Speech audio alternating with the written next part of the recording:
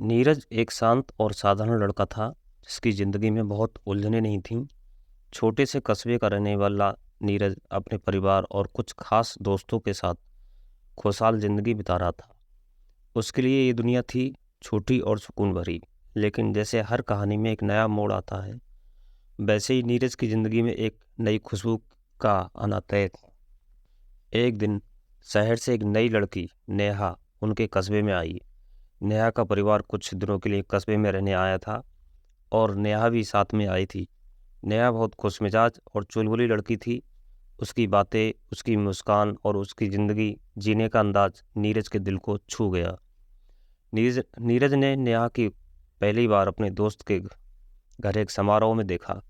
नेहा अपनी मुस्कान से जैसे सबका दिल जीत रही थी। नीरज की नज़रें उसके चेहरे से हट ही नहीं रही थीं।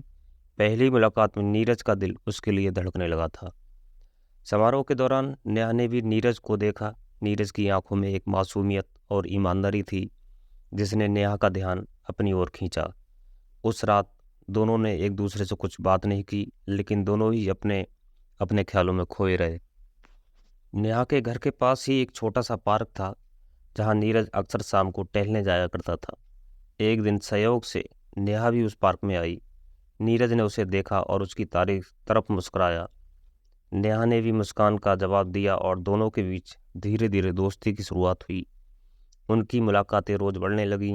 नीरज और नेहा साथ में घंटों बातें करते, एक दूसरे के ख्वाब और अरमानों को साझा करते। नीरज को नेहा के साथ वक्त बिताना बेहद अच्छा लगता था। उसकी हंसी, उसकी बातें और उसकी आंखों की चमक नीरज के दिल को सुकून देती थी। वहीं नेहा भी नीरज के साथ हर पल को खुलकर जीती थी। उसे नीरज की सादगी, उसकी ईमानदारी और उसके जीवन के प्रति सकारात्मक दृष्टिकोण पसंद था। पर नीरज के दिल में अब कुछ और भी था, एक नाजुक सा एहसास जिसे वो प्यार कहने से डरता था। एक दिन नीरज ने नेहा से मिलने का निश्चय किया। उसने सोचा कि अब वक्त आ गया है कि वो अपने दिल की बात नेहा से कह दे। उसने एक सुंदर गुलाब लिया और उसी पार्क में नेहा का इंतजार करने लगा। नेहा आई और नीरज ने अपना गुलाब उसकी ओर बढ़ाया। नेहा थोड़ी हैरान थी, पर उसने गुलाब ले लिया। नीरज ने कांपती हुई आवाज़ में कहा, नेहा, मुझे नहीं पता कि मैं इसे कैसे कहूँ, पर मेरे दिल में तुम्हारे लिए बहुत खास जगह है। जब से तुम आई हो मेरी ज़िंदगी में बदल गई है। क्या तुम भी मुझे उसी तरह महसूस करती हो? नेहा थोड़ी देर चुप रही, फिर उसने हल्के से मुस्कुराते हुए कहा, नीरज, तुम मेरे बहुत अच्छे दोस्त हो और मैं तुम्हें बहुत पसंद करती हूँ, पर प्यार के मामले में शायद मेरे दिल में अभी वो जगह नहीं बनी। मुझे तुमसे एक अच्छी दोस्ती की उम्मीद थी और मैं उसे हमेशा बनाए रखना चाहती हूँ। नीरज के दिल को ये सुनकर चोट पहुंची, पर उसने मुस्कुराते हुए जवाब दिया, मैं समझता हूँ नेहा, मेरे लिए तुम्हारी दोस्ती भी बहुत खास है। मैं उसे कभी नहीं खोना चाहूँगा। नेहा का परिवार कुछ ही दिनों में वापस शहर जाने वाला था। नीरज के लिए ये समय बेहद मुश्किल था। उसने सोचा कि नेहा से दूर रहना आसान नहीं होगा, लेकिन फिर भी वह नेहा के जाने के समय को खास बनाना चाहता था। उसने तय किया कि वो उसे कस्बे की हर खास जगह दिखाएगा जहां उनकी यादें जुड़ी थीं। आखिरी दिन नीरज और नेहा एक बार फिर उसी पार्क में मिले। दोनों ने साथ में कुछ मीठी और खट्टी यादें साझा की। नीरज ने अपनी आंखों में आंसू रोके हुए नेहा को मुस्कुराते हुए विदा किया। नेहा ने भी उसे अलविदा कहा, पर उसकी आंखों में नीरज के लिए कुछ एहसास जरूर थे।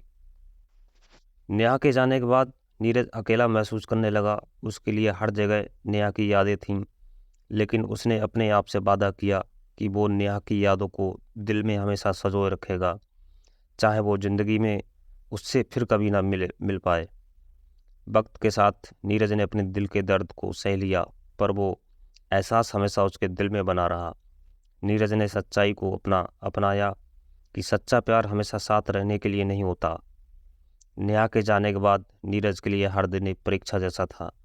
जहाँ पहले उसकी सामने नेहा की बातों और हंसी से गुलजार हुआ होती थी, अब वही खामोशी ने घर कर लिया था। लेकिन नीरज ने नेहा को दी हुई दोस्ती को अपनी ताकत बनाया। नीरज ने खुद को अपने काम और अपने सपनों में व्यस्त रखना शुरू कर दिया। उसने एक छोटी लाइब्रेरी खोली जहां लोग आकर पढ़ सकते थे और एक बेहतर जिंदगी की ओर कदम बढ़ा सकते थे। ये लाइब्रेरी नेहा के साथ बिताए उन खूबसूरत पलों की यादों को जीवित रखने का एक तरीका था। उसने लाइब्रेरी का नाम नेहालय रखा, एक ऐसा घर जो नेहा के नाम से जुड़ा था।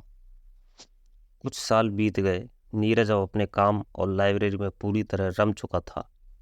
एक दिन वह लाइब्रेरी में बैठा किताबें सजा रहा था कि दरवाजे पर एक जानी पहचानी परछाई दिखाई दी। नीरज ने पलटकर देखा और उसकी आंखें उस पल चमक उठी। ये नेहा थी। नेहा ने बताया कि वह अपनी पढ़ाई पूरी कर चुकी है और अब कस्बे में अपने काम के सिलसिले में कुछ दिनों के लिए आई है। दोनों के बीच पुरानी यादों का पिटारा खुल गया। नेहा ने लाइब्रेरी देखकर उसकी तारीफ की और कहा, तुमने मेरे नाम से इसे जोड़ा, ये मेरी ज़िंदगी की सबसे बड़ी तारीफ है। नेहा ने महसूस किया कि नीरज ने उसकी यादों को किस कदर अपने जीवन में सजोया था। ये देख उसे नीरज के प्रति एक नया एहसास हुआ। उसने सोचा कि शायद उसने नीरज को कभी सही समय सही मायने में समझा ही नहीं। दोनों ने फिर से कस्बे में घूमना शुरू किया, पुराने पलों को नया रंग दिए। नीरज को ये देखकर खुशी हुई कि नेहा उसके साथ सहज और खुशी थी, लेकिन उसने कभी भी अपनी भावनाओं को फिर से व्यक्त करने की कोशिश नहीं की। एक दिन नेहा ने खुद नीरज को वही पार्क में बुलाया जहाँ से उनकी कहानी शुरू हुई। इस बार नेहा के हाथ में गुलाब था। उसने नीरज की तरफ बढ़ाते हुए कहा, नीरज, जब मैं पहली बार यहाँ से गई थी, मुझे लगा था कि हमारी दोस्ती मेरी ज़िंदगी का सबसे खूबसूरत हिस्सा है, लेकिन अब तुम्हारी यादें और तुम्हारा प्यार मेरी ज़िंदगी का हिस्सा बन चुके हैं। क्या तुम मुझे फिर से मौका दोगे? नीरज, जिसकी आंखें नम थीं, ने हल्के से मुस्कुराते हुए कहा, नेहा, मैंने तुम्हें कभी खोया ही नहीं। तुम हमेशा मेरे साथ थीं। ये कहानी प्यार के उस रूप की है जो अधूरा रहकर भी दिल में गहराई से बसा रहता है। नीरज के लिए नेहा हमेशा उसके दिल की सबसे खूबसूरत याद रहेगी।